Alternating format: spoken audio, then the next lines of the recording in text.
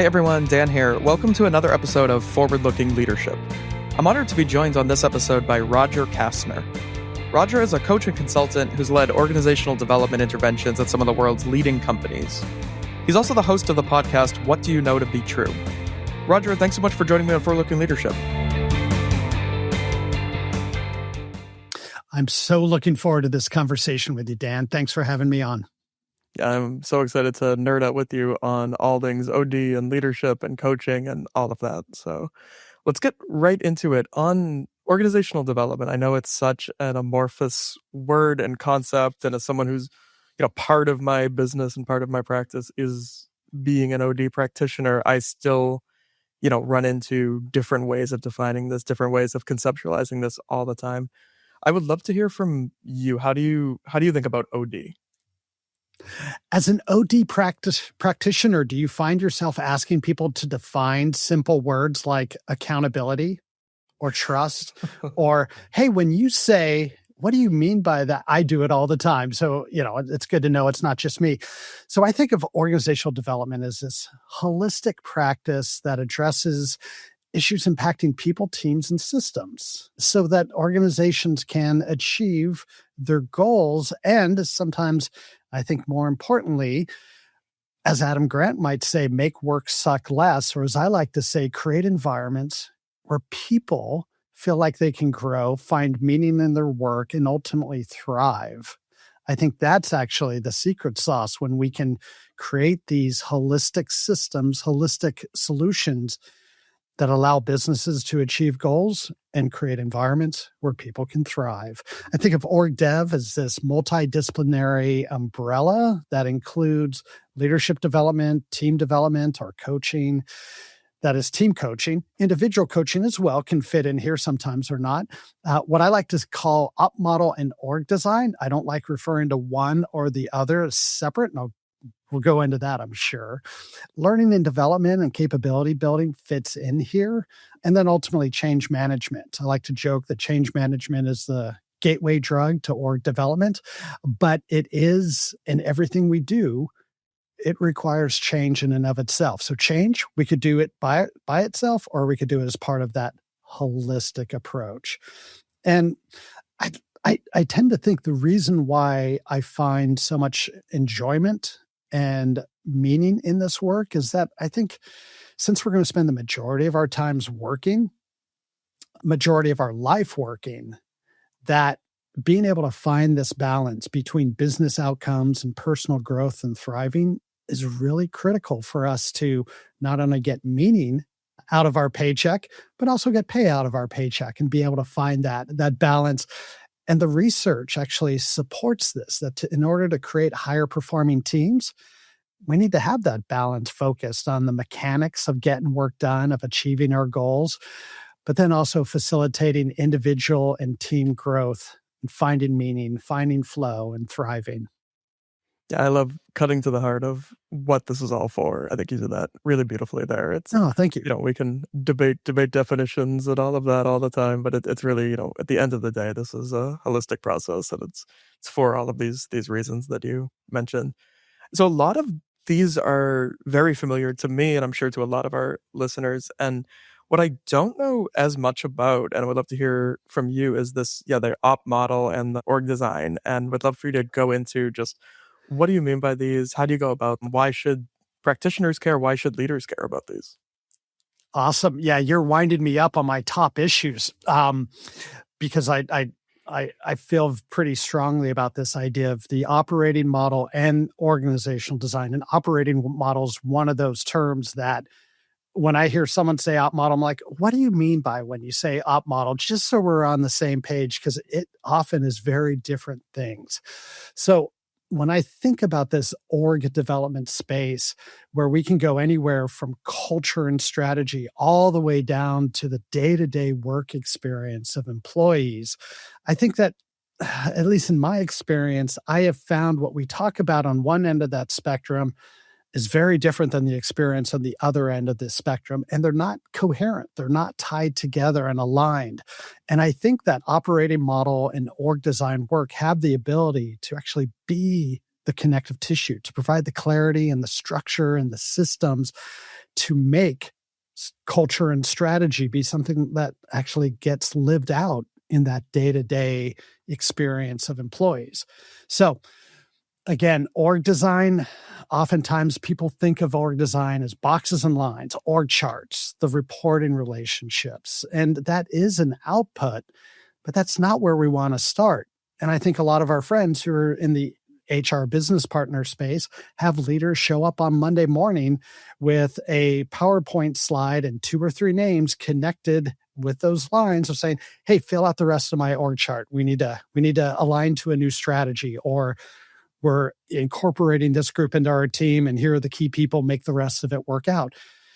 And that's not a great place to start, because, yes, that might tell us a couple of the reporting relationships, but it doesn't tell us what we need to be successful. It doesn't tell us how we're actually going to operate this new structure. It just tells us who's going to report to who. And although there's some value in it, not enough value.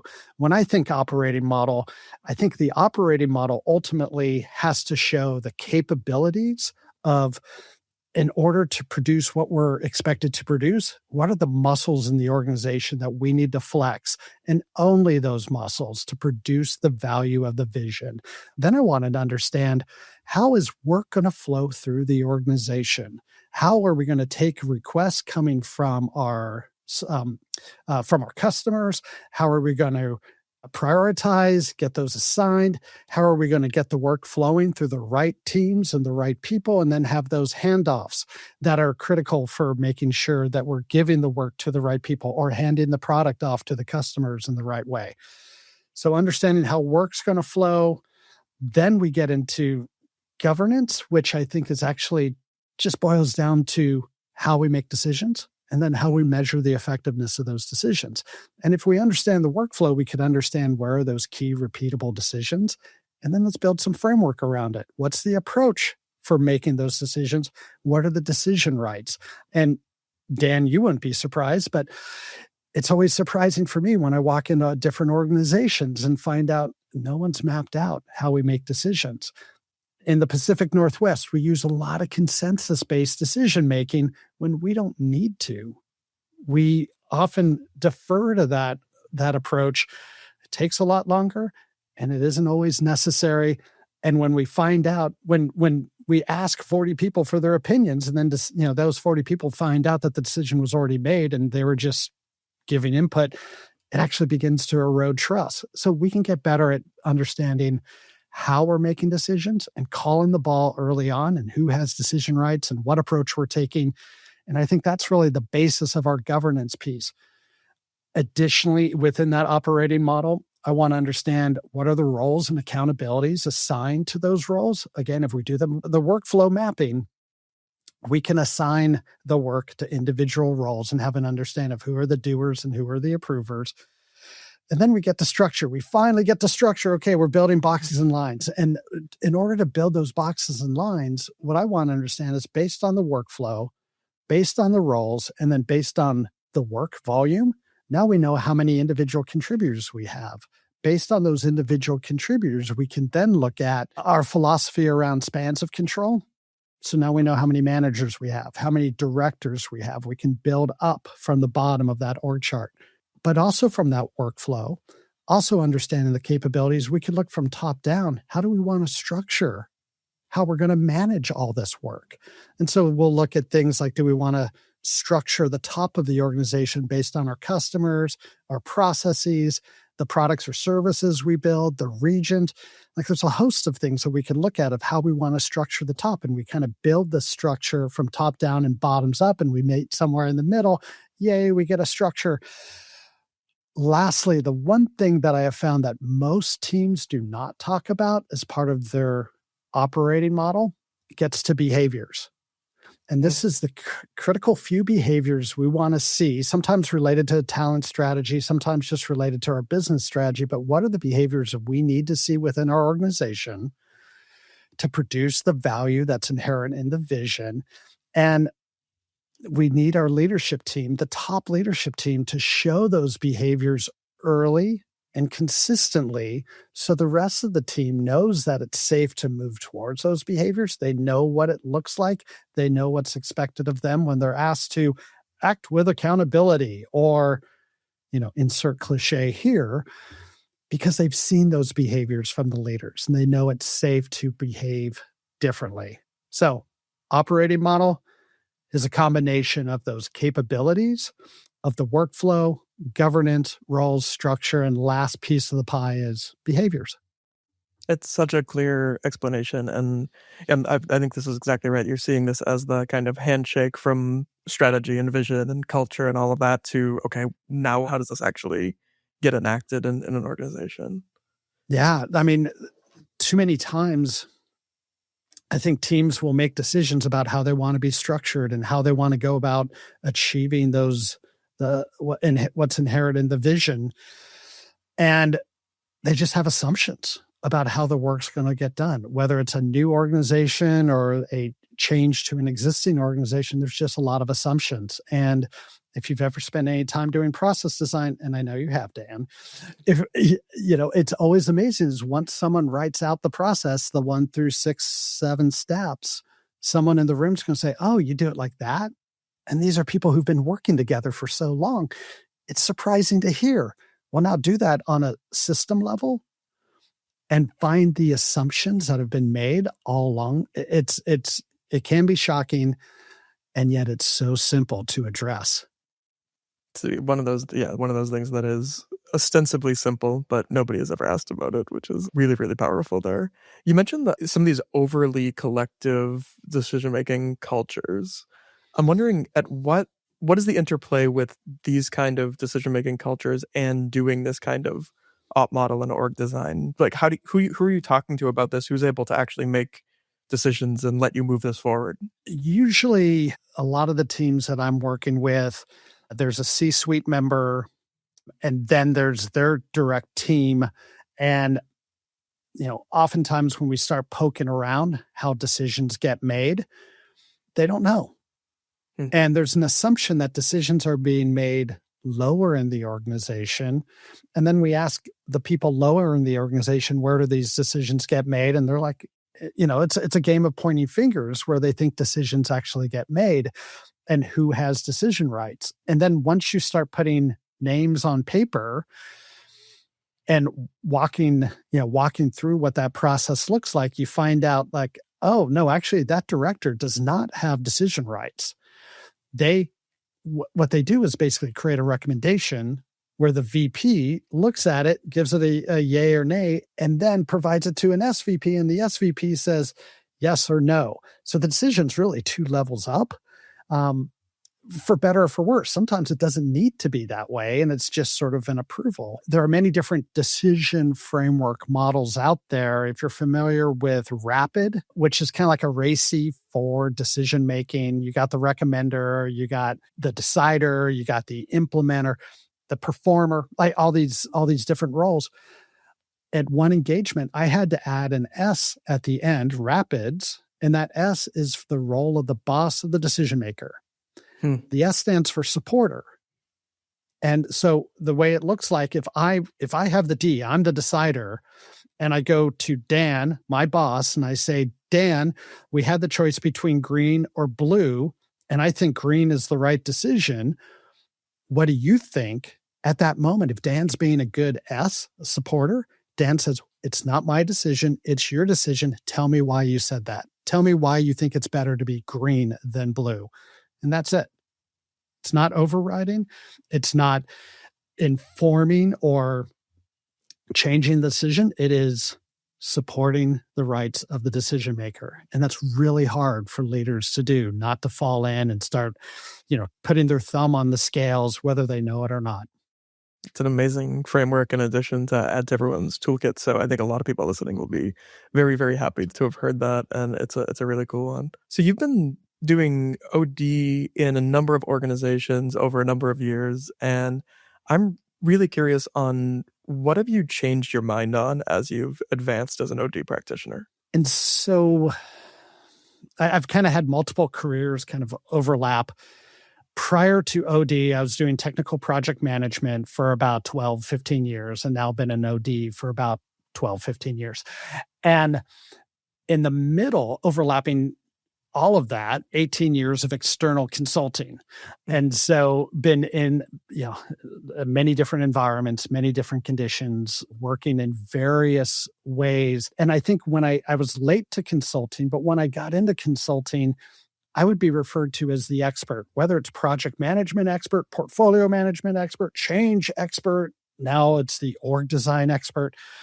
And early career Roger would really attach to that idea of being an expert.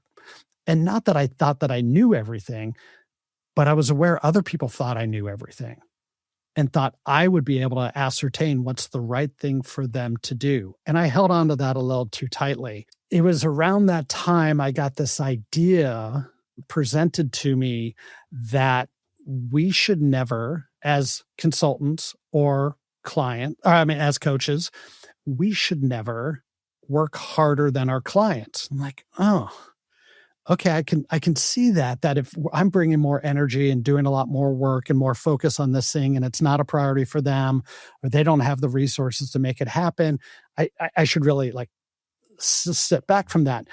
And then I realized what it really meant is ultimately, whether I'm doing organizational development or change management or project management for a client that's internal or external, I'm not a part of that team.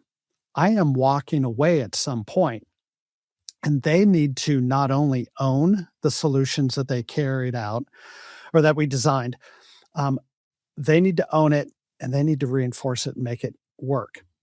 And then I realized, they're already thinking about these challenges every day. They're closer to the problem than I will ever be because I'm going into different industries, different companies, different environments, different disciplines. I will never know more about the thing that they're working on than they are in their environment with their constraints and their strategy. So I came to this realization that instead of being the expert at the thing I'm doing, I should be the expert at facilitation. I should be the expert at creating a container for a process to unfold. I should be the expert in letting co-creation happen. So the people closest to the problem that are allowed in the room in the conversation, those people who are closest to it, allow them to bring their zone of genius into the room and to come up with the solutions, because those solutions are probably going to be better than anything I'm going to be able to come up with. And they're going to own the implementation. And so it's moving from that expert to the facilitator, thinking I had to come with solutions, into, oh no, we're going to co-create the solutions together. That's been the biggest change for me in my career. Yeah, thanks for sharing that. And I love your nuance on, it's not that, I think when people get this wrong in the coaching world and the facilitation world, they show up as, okay, I'm not supposed to be the expert, so I'm supposed to show up and know nothing and not have anything to contribute. And it's like, no, your job is to be the expert facilitator here. It's to be the expert on creating this container, as you said. And the more you get really good at that, that is great. And a solution that the group can own is better facilitated when you do work on developing your expertise in that area. You describe yourself as an ICF certified, which I think I understand that everyone understands, and then IFS-Informed self-leadership coach. So that, especially that back half there, I'd love you to kind of walk me through all the different parts of that. What does that mean and how does that impact your coaching? IFS, as you know, stands for Internal Family Systems. It's a modality of psychology that was developed by Richard Schwartz about 40 years ago as he was working with patients that were dealing with trauma. And they were talking about, there's a part of me that feels guilty about this. And there's a part of me that's angry about this. And there's a part of, and they were using the words of parts. And it's not like Richard Schwartz, trademarked the word parts, and the parts started then.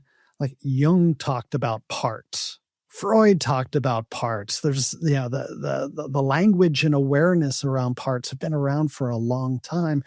It's just getting more and more commonplace because what I think what Richard Schwartz brought was an easier way of understanding these parts and what the parts are trying to do for us. So the clients that I work with in the coaching space, are coming because they are trying to achieve something, but something keeps getting in the way, whether it's a story or whether it's an emotion. There's a pattern that they're up against. And parts work is just a way of helping them identify what that part looks like, creating a little space between themselves and the part, understanding that part and what the job is that that part is trying to do, and then showing some appreciation for that part. That's actually how we soften those parts. It's how, if we go in there trying to fight them, trying to, get them to go away, like that doesn't usually work with other human beings. Why would it work for part of our own personalities? So once we show, a desire to understand, show appreciation for the job it's trying to do, because ultimately it's trying to protect you from something, a negative experience you had earlier in your life. And, I know there's probably some people out there hearing this, maybe thinking, oh, I don't want to talk to my inner child when I'm trying to get a promotion or I'm trying to do this thing at work. And it's like, yeah, no, I get it. That seems like it's in the past and we should just be able to achieve, in spite of that thing. Good luck with that. That's the pattern that we've been into. And so these things that occurred early in our lives still show up with us. They still show up in how we respond in ways that we might not like. It still shows up in those blockers that prevent us from doing the thing that we really want to do. And so, the way out is through developing relationships with our parts, understanding what they're trying to do, appreciating them, showing gratitude for them. That softens them. And then we get to actually go in and do the real work of trying to understand, something that happened to us when we were 6 and we're now 46 or 56. We're a lot more resourced than we were then. The part's preventing us from actually doing some healing, from getting beyond it. And so we're beginning to get into that border between what is therapy and what is coaching. And that makes a lot of sense from a therapist standpoint and a coach standpoint for our clients. They're in that space right there. They're in that energy. So I think our role as coaches is to help them develop the relationships with the parts, better understand themselves, become reliant and, come from a sense of self to be able to address those parts, address those challenges, and then manage themselves. And, have that connection happen all internally. And yes, a coach might be helping facilitate that conversation, that developing of the relationship and helping the client be aware of the choices that they can make. But it's about them. It's not about creating a relationship with the coach. It's about creating a relationship with our parts. And so that's where this self-leadership component comes in, is I want to focus my clients on how they can be the leader of themselves, how they can be able to identify the patterns, the stories they're telling themselves, the things that are getting in their way, and be resourced enough where they can start working through that whole process, that whole system, to become more aware, to have a sense of presence, greater sense of self, and that they actually get to make those decisions and not let the parts make the decisions for them. This is a really fascinating concept. What's a really practical example of a part that might be playing a protective role in somebody's life and now kind of getting in the way? And what does this really look like? Yeah, well, I think earlier I was using that example of, the younger in career Roger who was told he was the expert. And there was a part of me that wanted to be the expert. It felt good. It felt really good being seen as that person that had all the answers. The problem is Roger didn't have those answers, but there was a part that really felt like valued and respected. And, so that part would sort of come to the front of the stage, if you will, and own that mantle of being an expert. But, Roger the self didn't have that expertise. And so then there would come that position of like, okay, now it's time to produce. Now it's time to give give the solution, tell them what they're supposed to do. And then there's another part standing up and like, oh, dude, you stepped in it now. Like run, shame, vulnerability, all those other parts are coming up. So it's the example of that pattern, that voice in the head. And what's really interesting about the parts work is it becomes very difficult to tell what's a part versus self. And through these conversations, getting to know like, oh, this is a part. It's trying to do something for me. It's trying to protect me from negative feelings. Anytime it's trying to do something, that's not self. Hopefully that's a good enough example. I only got 1,000 more if you want. No, it makes it very clear for people. And yeah, just a really evocative example, and thanks for being willing to go personal on it, which I know is no problem for you and the podcast that you host as well. Thank you. Yeah. On this line of therapy and coaching, I've softened my stance on this. I think they're for very good reason. Coaching training programs, you're very much taught this stark dividing line of past is therapy, future is coaching. And as you mentioned, like life doesn't work that way, obviously. I'm wondering, how are you thinking about this interplay now?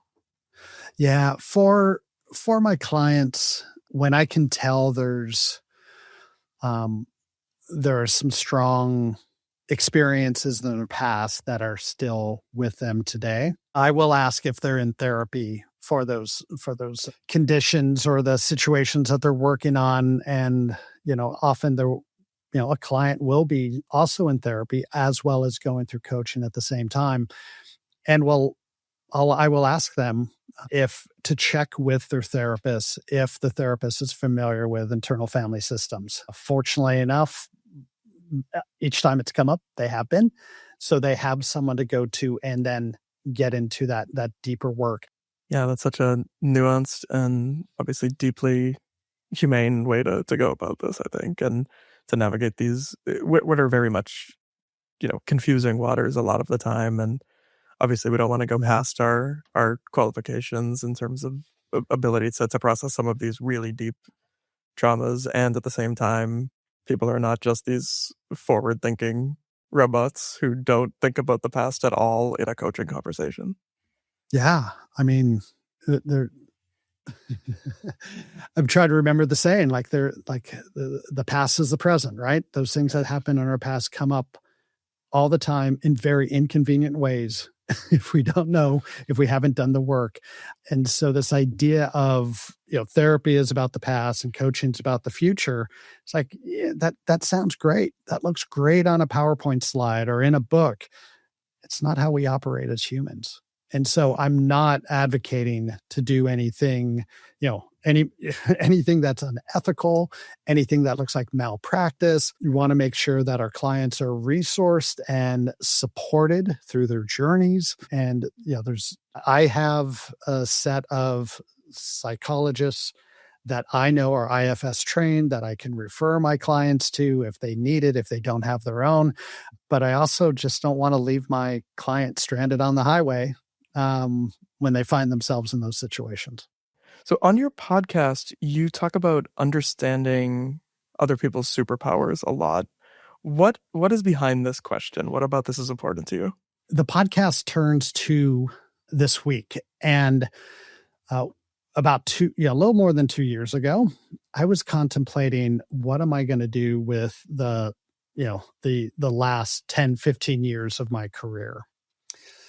And I had collected this wonderful network of people who had gone independent, had become coaches and independent consultants, and really leaning into a specialization. And I was curious about okay, what is this about?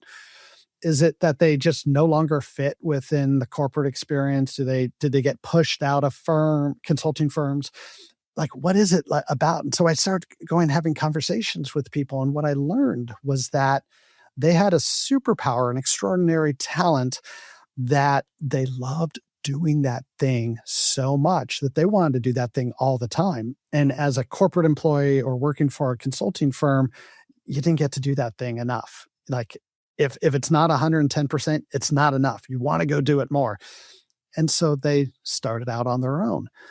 And in a series of these conversations where I'm learning about like, oh, you don't want to be an entrepreneur. You don't want to run your own business, but that's the way how you thrive. And it's by living into your superpower. Tell me more. I want to learn more about this. And a couple of those conversations ended up with people saying, oh, we should do a podcast.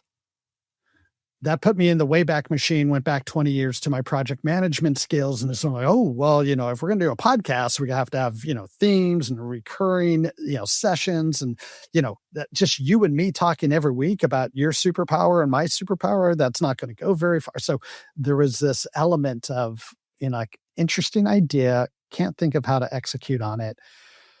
And then I got the idea, why don't I just continue to have these conversations with new people and learn about their superpowers? And again, the idea was like, if I'm getting inspired by this, I think other people would get inspired by it. So let's inspire a bunch of people to live into their superpowers, because these people, they're doing really difficult things by running their own businesses. It's really hard to go get new clients. It's really hard to keep revenue coming in. There's a lot more no's than there are yeses. And yet, being in their zone of genius, living into their superpower is how they were finding purpose and meaning in life. So that was super exciting. Like, yes, I want some of that for myself. And I've developed my own purpose statement over the years is I'm unlocking my potential when I'm working with others to unlock their potential. And so here are people who've unlocked their potential by living into their superpowers. And at first it was, let's go find out about superpowers. And then found out, oh, the superpower is the thing they do. The purpose is why they do it. So we started talking about, the first year was really about understanding the connection between superpowers and purpose. And then I realized purpose is in service of something. And what came to my awareness was purpose is in service of our potential or our possible self. So then I was like, okay, well, what else is there? What else are the building blocks? If we have our purpose, our North Star, what else helps us live into our potential? And I looked around and saw some research or what other people were thinking about potential. I read Adam Grant's book. I, looked into this, and it was like, there's got to be something else. So I started just writing down what I thought were the building blocks. And I came up with 5. It's grown to 7, but it's, we have our purpose, which is our North Star. Then we have joy, which is the fuel. And it's also the motivator for living into our purpose. Next, I was going to call it agency. This is the most controversial one, I think. I was calling it agency and then realized that Charles Schneider, the psychologist back in the 80s who came up with his theory of hope, defines hope as the belief in our goals, the belief in our plan, and the belief in our actions and abilities to make change happen. It's not hope as a wish or as a prayer. It's dripping with action and belief and trust. So that's the third pillar. The fourth pillar is adaptability, growth mindset, resilience, learning agility. The fourth pillar is well-being. Like, we got to take care of our mental, physical, emotional, and spiritual being for us to show up in our best way in the service of other people. Next pillar was really this acknowledgement that we could have our North Star, we could know where we get our fuel, we could have our hope, we could have all the adaptability in the world, and we could take care of all of our beings. But some days it's just hard to get out of bed. Some days it's hard to get into the arena when we know we're going to get our ass kicked, when we know we're going to, the whole Teddy Roosevelt quote. And so what it takes is courage. It takes courage to show up. It takes courage to continue to grow. It takes courage to say, I don't know the answer to that. It takes courage to hold space for other people when they're trying to figure out why they can't do the thing that's so important to them. After courage, I think this was a critique I heard of Maslow's hierarchy of needs, that there was no sort of awareness of the contribution of the team, of the community, in helping us achieve our potential, our possible selves. And so that last piece will be around community, will be around team. And I think it's going to be more about how do you become a better teammate or a better community member than what the team or the community can do for you. And I think the superpower is the connective tissue in all of that. This is such a cool concept. How do you think about this in terms of, are these prerequisites? Are these constantly being developed? Do you hit a tipping point in these? What is your thinking on sort of the barn versus made, so to speak? I originally started the podcast thinking we were going to go season by season based on those pillars. And it's this year 2 was all about the year of joy.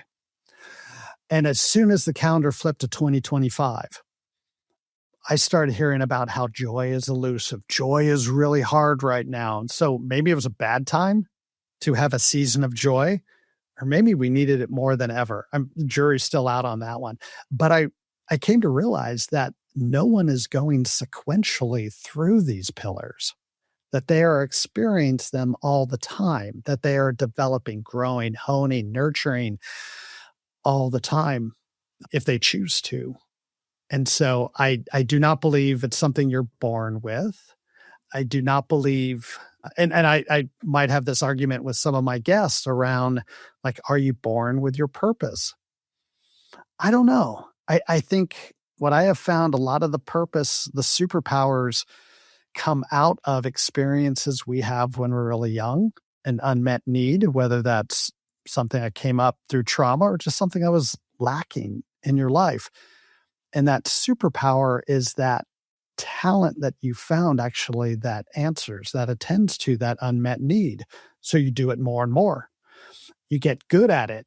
And then you become the superhero when you're doing it in service of others. Like, Batman doesn't have a cape because he's just in it for himself, right? He's doing it for all of Gotham. So anyway, I think these are pillars that we're working on, can be working on all the time. We can focus on one, but there's elements of the others. And it is informed my decision to not go season by season, but then just to start popcorning the interviews based on the relationship between the guest's superpower and then whatever pillar that makes sense. And it's funny, when I'm interviewing clients, I think it's one pillar, and then they actually come up. It's like, no, it relates to this one, and they explain it to me. I'm like, of course you know your superpower better than I do. This is very on point for the rest of the conversation too. This is great. What is the most surprising thing you've learned from a podcast guest? There's been a theme lately where guests have been talking about the power of choice and how they're choosing their superpower on an almost daily basis. And so frequently the quote attributed to Viktor Frankl keeps coming up. This idea of between stimulus and response, there's a space, and in that space is the freedom to choose. The guests keep talking about how they have to remind themselves on a daily basis to choose positivity, to choose authenticity, to choose joy, to choose creativity. It's just keep it coming up, and up. And I would think, I guess I had the assumption, if this is your superpower, it just comes naturally. And no, it's a choice. And the learning for me continues. Recently, I had this experience where I was going into a situation where I knew I was going to be able to make a choice for me to show up in a certain way, for me to be more present, more self-regulated, more forgiving. And I totally failed. I totally failed at it. And I was kicking my butt for it for a couple days. And I'd made that choice going into it. But then I had realized in the moments that got me a little dysregulated, I was choosing something else. Hmm. I wasn't sticking to that choice. And so it made it clear. Now I get why the people are really good at this are making that constant choice on a daily basis. And in the day, hourly, minute by minute, they're making the choice to show up that way. And I needed to work harder at that. It's a really compelling story, and, I think I don't know how you feel about this. I think a lot of the superpower stuff, the zone of genius stuff is countercultural in a lot of ways and can be kind of hard to be out there with when you have a lot of people for their own reasons and for just broader kind of societal reasons of that kind of, I'm more comfortable not looking into this more deeply for myself. I kind of want to stay in this box, so I kind of want you to stay in this box. And wondering if that kind of stuff has come up for you or for guests. I think um I don't know if well, I do know. I was going to say, I don't know if you've noticed an energy shift in me when I start talking about superpowers and the podcast. Everyone tells me they see an energy shift. So I'm assuming it's pretty apparent. I think if I'm talking to anyone who doesn't want to talk about podcasts, they bounce from that conversation very quickly. They don't want to be a part of it because they know I'm coming in with a lot of Jack Russell Terrier energy to talk about it, and they're just gonna avoid me for whatever reason. At least that's the story I'm telling myself, and it has nothing to do with my personality. But I think I think it's really challenging for people, and I think we could get into the parts discussion here as well. When, if they feel like they are not comfortable living into their meaning, their purpose, if they don't know what it is, there's a sense of the messy middle that they have to go through to figure that out. There might also be the awareness that, they're doing something that they already know this, but they don't want to be honest about it. They're already in a line of work that does not bring them joy, does not bring them happiness, but they're doing it for another reason. They're doing it for the paycheck. They're doing it because it's safe. They're doing it because it's fear of doing something else that's maybe more meaningful for them, but it puts everything that they have at risk. And so I think there's probably a lot of reasons why people are a little scared off from having these conversations. And there's a part of me that wants to talk about abundance and scarcity mindset. But I've learned from one of my guests about polarity management, and we continue to have these conversations, that whenever you think of things as being binary between an A choice or a B choice, it's time to start looking for the C choice. There's the space in between. There's the energy in between, and that's the place to go to. And so, in thinking about abundance and scarcity, I think there are people that, it's a continuum. We lean more one way in a certain situation and the other way in another situation. And the average, I think people who want to avoid these topics probably more in this, spend a little bit more time on the scarcity side of that continuum than the abundance. I know I'm in the middle. There's better days than others for sure. There are things that I talk about doing that I haven't done yet that I still have opportunities to do, but there's part of, voice in the back of my head saying, dude, you could have done that 5 years ago.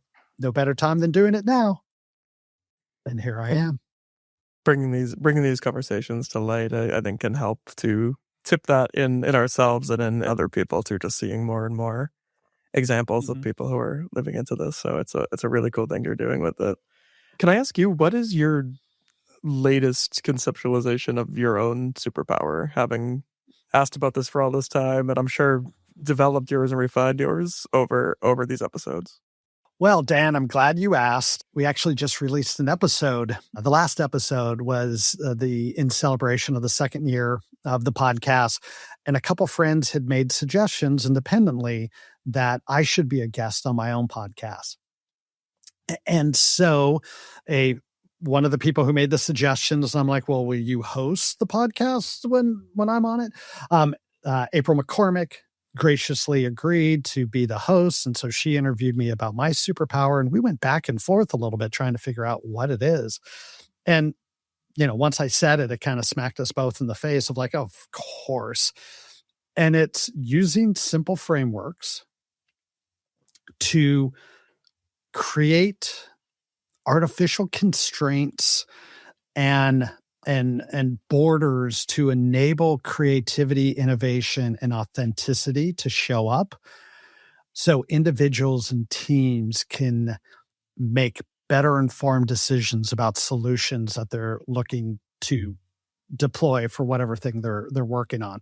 And I have been, throughout my career, whether it's project management, change management, now in the OD space, I've either found simple frameworks or I've created simple frameworks that have allowed some level of success in whatever it is I'm doing. But 10 years ago, I published a book about a project management framework that I had developed around creating successful projects. My experience, project management, the discipline talks about scope, schedule, budget being the holy trinity. But my experience was that no one cares about scope, schedule, budget once you launch. They care about a whole host of other things. But those things were known before we started. So this process was, let's identify what we think the critical success factors are at the beginning, put it in our scope, put in our measurements. The converse of those things is our risk management plan, and let's drive the heck out of those critical success factors. Pretty soon, projects are all successful during, the beginning, during, and at the end, once scope, schedule, budget wasn't as important. And I started teaching people within my consulting firm about this practice. I then had the opportunity to teach it at University of Washington. I started blogging about it, and I took those blogs, put into a book, published it. At that time, I'd already moved into change management, and I realized, I really don't want to be promoting a project management book doesn't do well for my career. So just let that linger. Still available on Amazon. So if anyone wants to, look up a fun little project management book. Anyway, I'm sure that sold no units. The other framework I realized that I created was my podcast. Those same 7, building blocks for potential, simple framework. So much of the coaching experience that we create, the container, the questions, the mirror, these are all frameworks. IFS is a framework.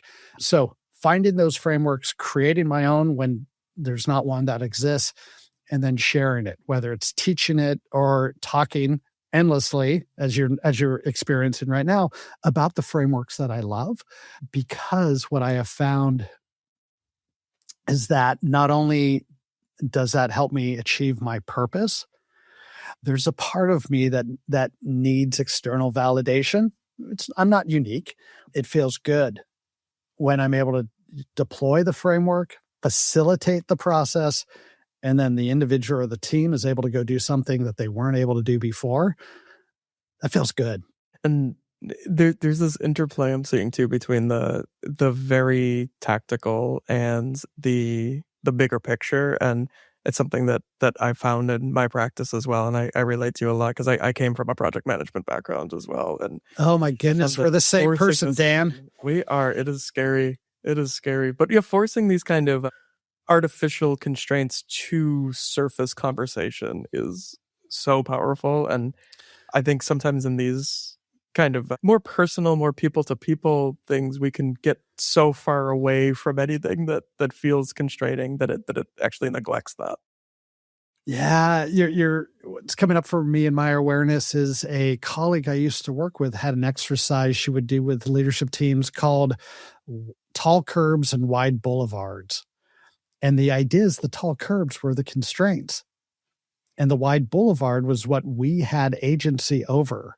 Those decisions we could make, the control we had, but we had to adhere to the curbs. And so we'd draw this out. This, when we used to be in rooms and we got to draw on whiteboards, we would draw the city in the distance and this boulevard and the wide boulevard and the tall curbs. and we just name what are the things that we, are constraints. What's the thing, the third rail, the things we can't touch. What do we not have control over? And then everything in the middle. It was a way of increasing our sense of certainty and agency. It was a great activity. That's another great one. And just, again, I'm really glad we can nerd out and have people add all of these things to their toolkits. It's so cool. So it doesn't necessarily have to be a book. I know people have very mixed feelings on the world of business books and leadership books and all this kind of stuff. Any resource of any kind, it can be podcast, it can be books. What kinds of resources do you most recommend to leaders, to org development practitioners, to coaches, anything like that? It's going to sound cliche, but it's meditation. If you deserve 15 minutes of quiet time in your life on a daily basis. And it's not just, relax and rejuvenate and just sit there and be quiet. You're actually taking your brain to the gym, because the brain, it's there to think thoughts. It's there to think of distractions. It's there to keep you entertained. It will be constantly working. And when you sit, for however long you sit, and those distractions come up, and you figure out your way of acknowledging that thought and then letting it go, you're teaching yourself how to be present. And all the books that we read, all the podcasts we listen to, love podcasts, don't get me wrong, but all the information out there, if we're not present in the moment, the things we learn, the things we know to be true, the things we know we should be doing, if we can't be present in the moment, all that information is just wasted, because we didn't have the ability to choose that knowledge, that wisdom, and implement it in the moment because we were distracted by something else. So I think meditation is this idea of training our brain to be more in the moment, to be more present, and being able to use that knowledge and wisdom we spend so much time trying to gain. And especially as we go into this unknown age of AI and just even more ubiquitous knowledge just everywhere around us, this focus, this ability to pull this in is more important than ever, it seems. I mean, how many times have you left a room and you think, oh, I should have said this, or the answer came to me, or, what if we tried this? And why didn't it come to you in the middle of the conversation? Why didn't it come to you in that room? Well, there could have been something else going on in your mind. You could have been thinking, how do I look like the expert? Not that that was a familiar phrase for myself. Or they're putting me on the spot. They might think I'm an idiot if I say anything. Whatever story we're telling ourselves in the moment, if we have this learned ability to quiet the mind and just be there for what shows up, that's when we're able to bring out that wisdom. That's when we're able to bring out that knowledge. And I truly believe that meditation is an act of love towards your family and those that you care about around you. Because when you can be more present with them, you're a better version of you, and it's a better connection. I think it's an act of rebellion against this culture of busyness and algorithms that want to feed our eyeballs, that plug us into the matrix, that we're the product, we're the power supply, we're the resource that they're tapping into via our choice. I think it's also an act of regeneration, because the more present we can be, the more we could be the better version of ourselves. It's a beautiful place to leave it. Roger, thank you so much for joining me, for sharing all of these different tools and frameworks and recommendations, and then leaving us in this place of, let's be present, let's meditate, and let's use them. Thank you so much for having me on. It's been a pleasure. My pleasure. So if people want to follow along with you, follow along with your work, get in touch if they'd like, what's the best way to do that? Yeah, probably the best place right now is via LinkedIn. So Roger Kastner. And then if you want to listen to or watch any of the podcast episodes, you can go to whatdoyouknowtobetrue.com, and they're all up there. Would highly encourage everyone to do that. We'll put the links to all of this in the show notes at conceptusleadership.com. And Roger, thank you so much again. It's been a pleasure. Thank you so much, Dan.